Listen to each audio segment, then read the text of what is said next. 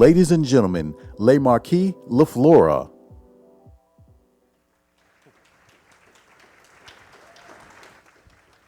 Hey, I am completely excited. I'm completely energized by everything that's happening. There's something about coming to the oldest continuously black community built for and by African Americans. It's amazing, and I love to see it. For us to come and share our thoughts and our ideas inside of this hollow ground and seeing all the ancestry inside of this place, I find beautiful. I'm going to speak about education. I have been an educator for 10 years. I taught for 6. I have enjoyed my time there. I love youth. I enjoy educating them and loving on them, and I love seeing them grow. And it really does encourage me a lot. When I was a teacher for 6 years, I can say this from the bottom of my heart, that I hated it. It was horrible. In fact, I was not the only one. There was actually an educator who, she taught for around 25 to 30 years, and she spoke to me how she wanted for me to think. In fact, there was a time where whenever we found that there was something horrible or something that we did not agree with, she would look at me and she would say, 3 more years of her retiring. And then she would say, you have 25. And so that was horrible. I hated that. But one thing that I realized is that I witnessed a lot of things while I was educating. I witnessed unplanned teenage pregnancies. I witnessed a male student assaulting his pregnant girlfriend. I witnessed countless fights. I witnessed truancy. I witnessed students who did not truly see the meaning of school. And it really began to dawn on me.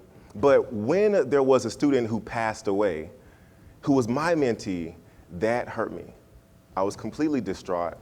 There was a student that I menteed and that I mentored, and when he was being laid into the ground, it really dawned on me that we educate not for them to die, but we teach for them to live.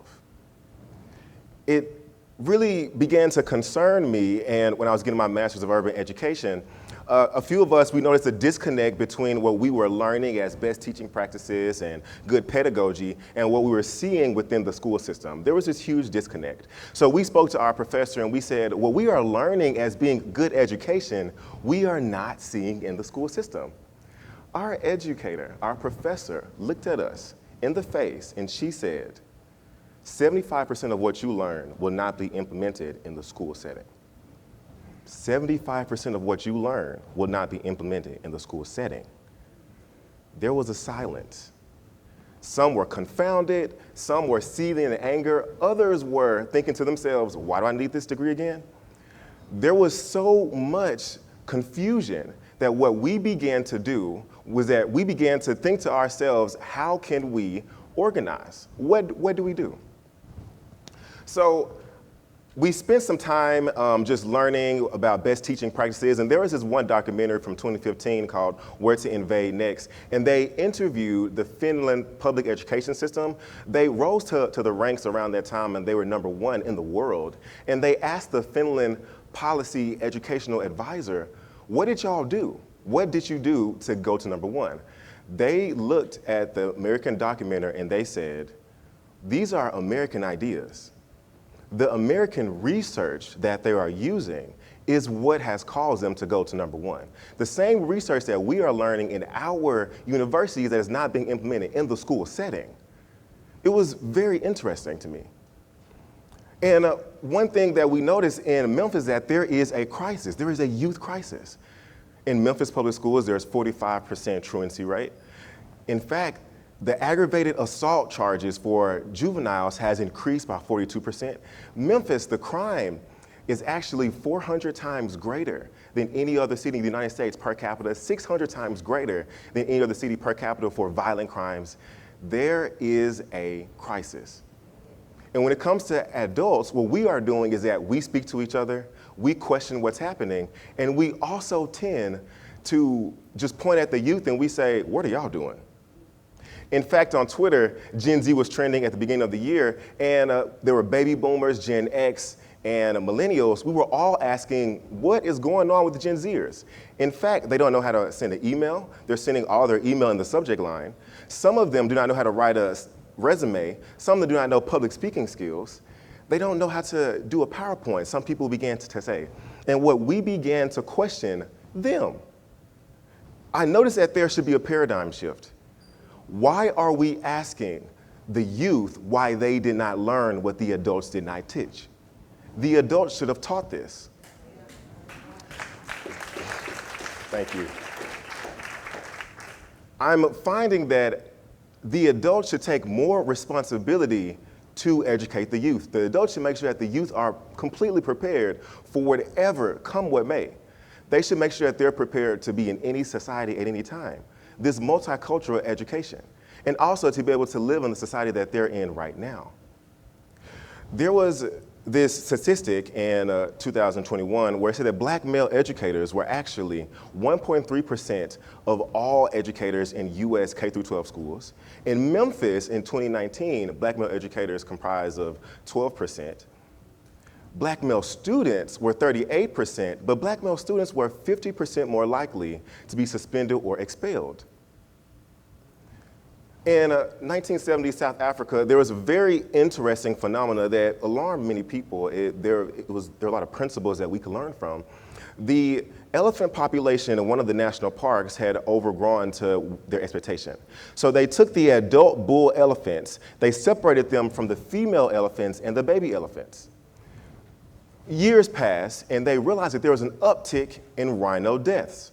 Now, rhinos are an endangered species, and so everyone was completely alarmed. They realized that the adult male bull elephants were separated from the children bull elephants and the women bull elephants, the female elephants. And the uptick in the rhino deaths came from the teenage male bull elephants. They will go out of their way to kill these rhinos. The rhinos would be completely crushed. They will be obliterated, destroyed. And they realized that this was not a human problem. This were the rhinos. This were the elephants. So what they began to investigate, and they saw that the elephants, the teenage bull elephants, had an uptick in their testosterone. Their testosterone was out of whack. They were hormonal. They were hyper-aggressive. So they took the adult bull elephants, and they took 6 to be exact, and placed them inside the national park with those orphan teenage elephants, and they noticed within hours, there was a decrease in the teenage bull elephant testosterone, and there was a complete decimation of the teenage bull elephants killing these rhinos. It was completely fascinating. This principle should be applied in the human sphere. Adult educators, and adults, period, we have to stop compartmentalizing education. Education is not just in the school setting. Education should be in the grocery store. Education should be on the street corner. Education should be anywhere. And if adults took more responsibility and the accountability and recognize that this is a moral responsibility, there will be a decline in the youth crisis today. As a black male educator, one thing that I noticed is that there was a lot of misgendering of nurturing. What happens is that people find nurturing to be feminine, and they don't think through that nurturing can come from fathers as well. Now, I can say that fathering and nurturing may be a little different. There may be discipline, there may be instruction, but one thing that fathering and nurturing does have is truth, it has grace, it has forgiveness, patience, love. And nurturing is not just for women. Male adult educators could nurture the youth and father them, biological or not, and they could show them how to be a male. Just how the adult male bull elephants show the teenage male bull elephants how to be an elephant, we too can show our younger adults how to be human. One of the things that I began to notice in our practice was that there was a disconnect with the youth and with just basic life skills. So what we did was that we formulated a curriculum, this rite of passage training, as you will. And so we decided to combine business efficacy, social emotional regulation, financial literacy, identity development, and we did teach them how to write in cursive. We were teaching 12th graders how to sign their name. We were teaching students how to tie a tie. We were teaching them how to do a resume, how to send an email. And we wanted for them to be prepared. We wanted for them to progress. One thing that I discovered is that in education, it's not for the children. Education and all of the decisions are meant for the adults. We decided to create a curriculum that was strictly for the children. And we wanted to see what would happen if we thought about them first and not us. Well, in our organization, we have a 100% graduation rate from high school. 82% of those go to a post-secondary institution, and the remainder go into a workforce in Memphis. We had a manhood ceremony where our goal was to teach them how to be men. We want to turn boys into men, teach them these basic manhood skills and human skills, if you will. And after their graduation of this manhood ceremony, we gave them an internship, a business internship where we wanted for them to see life within a different way. Now, of course, they had to interview as well. We did not give them a job, but we wanted for them to interview and go through this process and practice everything that we taught. And I'll end with this. There was a very interesting situation in one of our schools, the last school that I taught at. I noticed that I would spend a lot of time in the hallway speaking and greeting people. And I noticed that a lot of times they just consider black male educators and male educators in general as being disciplinarians. They don't necessarily consider us as being instructors or nurturers. And so my goal was to really father, was to really be kind and to really nurture. In the hallway, I would say good morning, good morning, good morning to anybody that passed by the door. Hundreds of students would pass inside of our hallway. And outside of school, you sometimes forget that you're an educator. And as I was just doing my business or doing whatever I do, a kid walked up to me and this student said, "Hey, you know me." I had never seen that kid before in my life. This kid said, "Hey, you know me. You speak to me every day in the hallway." It was interesting how greeting him caused him to feel seen, known, loved, and heard. If more adults take the responsibility of making sure that every youth, no matter biological or not, are seen, heard, known, and loved, we would see a complete decline in the youth crisis. There would be no issue with social emotional regulation because we have taken that responsibility and we have taught them ourselves.